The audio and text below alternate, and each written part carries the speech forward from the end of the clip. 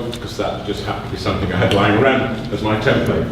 I'm going to talk about how the viewpoints change within soil science. I started 72 in postgraduate after I finished my PhD, and I found the subject very limited in a very small community, considered by most people to be chemistry. Most of my colleagues had done chemistry degrees and coming to soil science. Odd one or two hadn't. Soil physics was predominantly theoretical.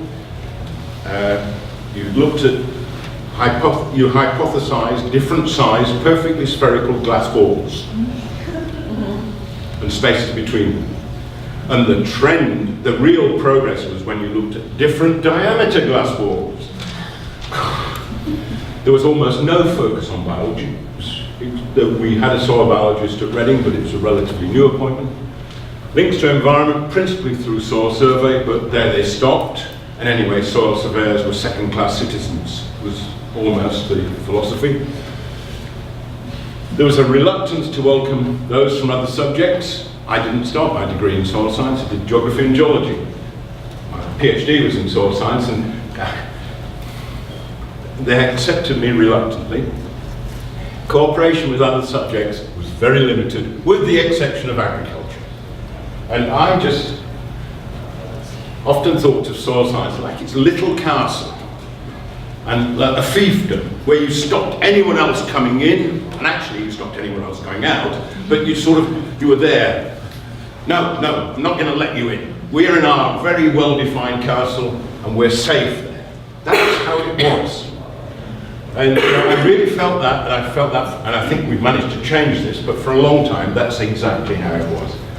From outside, it was considered by most people, if you talked about soil science, I mean, I said to one or two people yesterday, when I introduced to people in other spheres, my wife's a lawyer, and so I met many lawyers, and they would say, what do you do, soil science? Which branch of social science?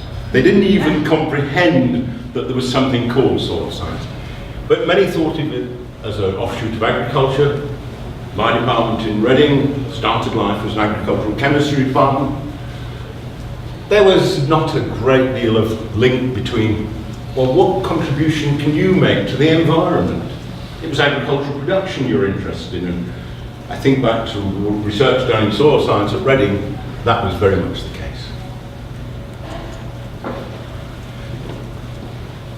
So I started in 72. From then onwards, it was like that for a decade or more. Suddenly, in the British Society of Soil Science, so I'm going to talk about the British Society of Soil Science and the International Union of Soil Sciences principally. The British Society of Soil Science, led by people like Peter Bullock, suddenly said, we need to talk to others, we need to look outwards. And amazingly, they managed to persuade the Agricultural Research Council, as it was, and many no longer exist, to put up some money to produce a travelling museum exhibit, to go around the country introducing people to soil. It's called Down to Earth, and because I know Peter Bullock, he said to me, you'll write the booklet to go with it, won't you, Steve? And so I did. And I put this up on the, so it's on the Dropbox. I wrote this booklet twice. First of all, I wrote it like you do. And I read it and thought, God, that's good for an academic community, but useless for someone who knows nothing about soil science. So I then did it by, I had a mock-up of the exhibits that we were going to form the museum. And Thursday evenings, my wife used to go out to orchestra, and I babysat. So they were asleep. So I sat down in my living room, these things, and spoke to a tape recorder as to what I saw. Then I got my secretary to type it out. And that, obviously it wasn't perfect, but it needed some editing, because when I spoke to things, I spoke very differently from when I wrote scientifically. And I sent this off to people who were editing the book. They wanted changes, but they said, well, it's not academic. And I said, yeah, that's exactly what it is. It's not academic. And this was a very, very successful enterprise by the British Society of Soil Science. One of my most illuminating experiences was, I was in, I've forgotten where it was, somewhere where it was touring, and I thought, I've got to look at it. We produced the book, been in production of the exhibition. It was raining outside, and so there were two old age pensioners, people my age at the time. I don't think of myself as an OAP, but here I am. And I followed them round. It was absolutely fascinating. Well, that can't be a soil, it's not brown. Well, why have they put that thing down to that deep? Soils are this deep. And so it went on. And that was a revelation to me, because it made me understand the hurdles we face. This prompted, and British Society of Soil Science has been probably one of the leaders in opening up soils to a wider community.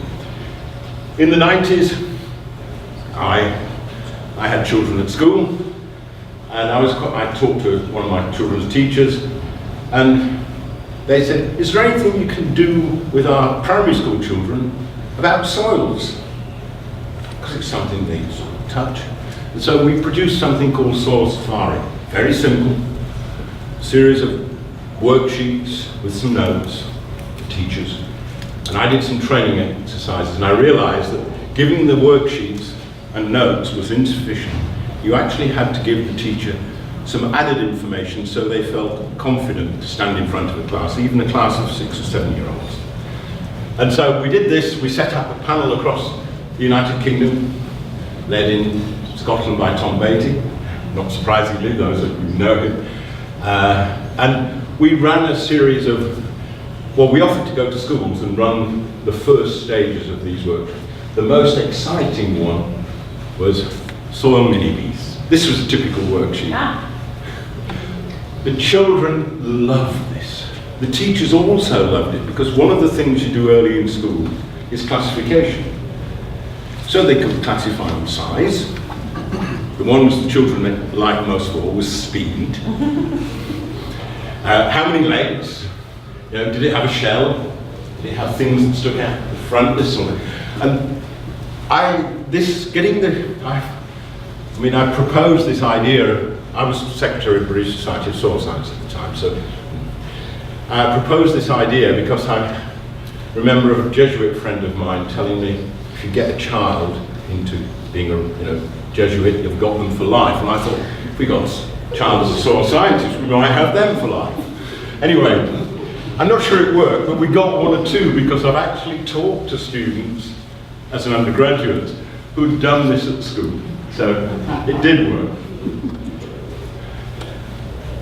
Amazingly, given what I've told some of you about my department professor, department head, Alan Wilde, he also felt that the Journal of Soil Science, which was our standard national journal, was too pure, I think was the word he used, and he said we need something to reflect other activities in the subject. And much against the opposition of the British Society Council, we proposed a magazine called Soil Use and Management. It struggled at the beginning, really did.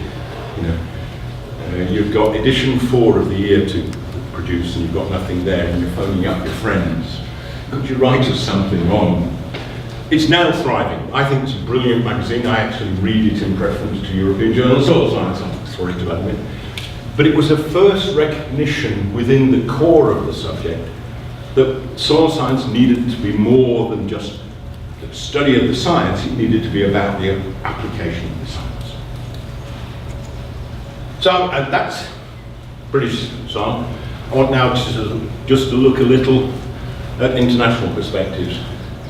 I look back, amazingly, very little bit electronically held, but I had to clear my room when I retired and found this thing. And I realised I've been talking about this sort of thing and the sorts of things Liz was talking about, in talking to farmers, dealing with farmers for a long time. And I was pleasantly surprised. I went to an international meeting in Acapulco that I found kindred spirits. in the community who also were interested in breaking down these sort of castle walls, reaching out. And so we started to get a much broader perspective, and I got involved in International Union of Soil Sciences, and it was structured at that time in a very systematic way. This is back to 1924, it barely changed by 1990. And I then, we formed the International Union of Soil Science in 1998. I won't go into why, but it was to do with the International Council of Science, where it has to be a union rather than an individual member society. And we first met under this sort of aegis in Bangkok in 2002, and the leaders of that science, including people like Don Spark, said we need a new structure. Yeah. And so, together with John Kimball, we devised a new structure for soil science. And it had 4 divisions. The real differences were 3 and 4. This was not welcomed by some colleagues, but we persisted, and this is what we've developed. And 1 and 2 here are like 1970s soil science, except for things like pedometrics, but here is the real change. These were looking at soil applications, but Division 4, and we had greatest trouble persuading people that this was a good way forward. And we didn't actually have any people to inhabit these areas, but we do now, as we'll see later. We also in 2002 decided that we would like a World Soil Day. This is when I became Secretary General. And we decided December the 5th, because this was the birthday of the late King of Thailand, who had got an active involvement in soils. His full name means protector of the soil. And so we chose December the 5th, and it was recognised by some countries, particularly Germany, which produced stamps. We also decided to give the King an award for this, which we called the Humanitarian Soil Scientist. Basically, we thought if we get the King on board, we'll move forward. Unfortunately, it took 10 years to get through these hurdles of writing to equerries of here, there. But in 2012, in late February, having written so many letters, I got a letter from the King's private secretary. Would you like to come to Bangkok to present the medal to the King? So I did. My kids give me a real grief for this, kneeling in front of a king for a Republican. But I did, and for the future of soil science, it was amazing. This was the first public appearance of the King in 2 years. It was on television. I got back to my hotel, and every member of the staff there said, "Can I shake your hand?" You shook the hand of the King. I'm being interviewed on Monday by Thai TV, because they're doing documentaries of the life of the King. The important thing was he was receptive. And he said, well, I had a long chat with him, amazingly. He said, "What can I do for you?" And I said, "Well, can you get someone to internationally declare the United Nations, 5th of December? And he then said, "Yeah," but he also said, "How about an international year?" And so I said, "Great idea, you know."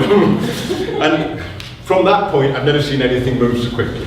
The FAO Council approved it, the UN approved it, and there we were. And we had the International Year of Soils. It's amazing. You know, I've been trying for this. I stopped being Secretary General. And I just couldn't believe it. I have this chap. I then get correspondence from his equerries, this letter okay. And by the end of the next year, it was approved by the United Nations General Assembly. We have celebrated this. The Stimulus Fund, which I'll talk to you about, is a fund I actually oversee along with 2 colleagues. We need some, well, I'll tell you what the criteria are. We also again with a bit of prompting from me, hence I edited the first version, trying to produce booklets that are not for specialists. Well-educated people should be able to read. And I produced the first one called Soil Matters. The publishers put Task Force in front of it. And I wanted to get a much broader perspective. So there's a great set of paper on art. Nicola has paper as well, which is also very interesting. Again, looking at the relationship with the arts and so on. We've just declared the International Decade of Soils. To follow on from this. And one of the things I just want to, and we're going to talk about this later, Nicola has proposed a new working group, which is a precursor to establishing our structure, something in our structure, called Cultural Patterns of Soil Understanding.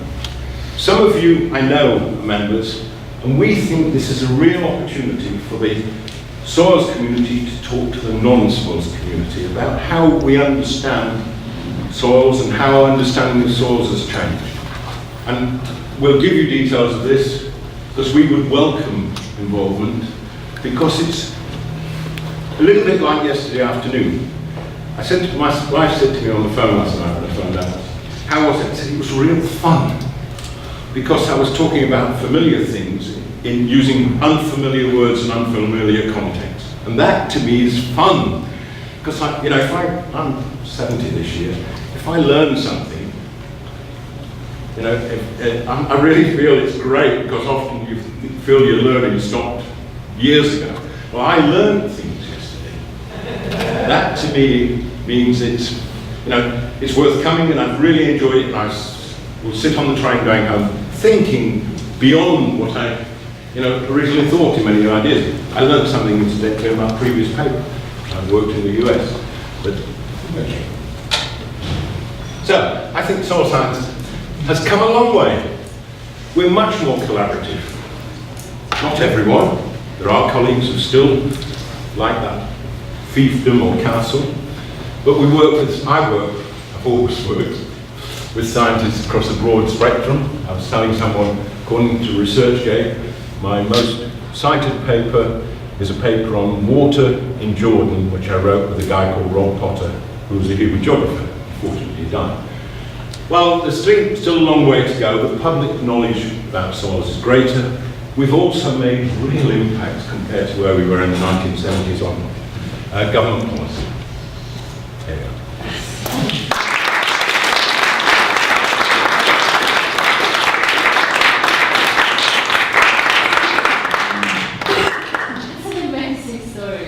you go. The king business is just... We can bring it up. Yeah, we have a room full of questions. Yeah. Can I just ask you to reflect on your journey a bit, because there's a different way of characterising what you've said. You have a bounded science. It then seeks to have recognition within the university as a whole. It reaches out to more established sciences. Then you think about the public in terms of educating them, which in terms of knowledge transfer is sometimes called a hypodermic model. In other words, it presumes an ignorance that if only the person would know enough, then somehow they would be enlightened. And we now seem to be in another phase, particularly from the last, not only in terms of the actual soil science itself and what actually informs that from your paper, but from the first paper about this relationship between scientific knowledge and practical reason and lay knowledge. We seem to be moving, you've talked there about an interdisciplinary approach. Surely it's about breaking out of this and coming to understand lay knowledge and understanding in those, because if the content of the science doesn't understand the context of its application, which includes the social cultural dimensions of that, it can't be effective. So in terms of your journey, is that the next stage? Is that the... Well, let me illustrate. The reason we gave King Louis, one of the reasons, is he set up a series of rural research centres around the country. And they invite farmers there, and the farmers talk to researchers about what their needs are and how they see the problem. I think that is amazingly innovative, because I've always found what normally happens is you bring people together and you as a scientist tell them what they should be doing. So, yeah, I mean, I think we've got to change. I mean, I think back to how I started in the early 90s and how I do things now. I was telling a story. And I no longer do that. I tend to listen and think how I would respond. And that's a real change. I should say, when I started, there were 4 soil science departments in the United Kingdom. There are now exactly 0. So, we've increased our visibility, but that's not being recognised in the university sector. There were 4 soil science departments, yeah, is that right? Newcastle, Reading and Bangor. Yeah, there were 4 departments in 1970, and they were varying size. Bangor was small. But we were progressively amalgamated. So, you know, I can look back and look at the success and then say, there's also the wish to remove those boundaries has actually made us weaker as a subject. I actually don't think it has, but you might view it that way. Sorry, I'm going to encourage you to talk to Yeah. over as Yeah. you go and grab tea and coffee so that we can restart at 11 because we have some people that have to come for our presentations in the afternoon only. So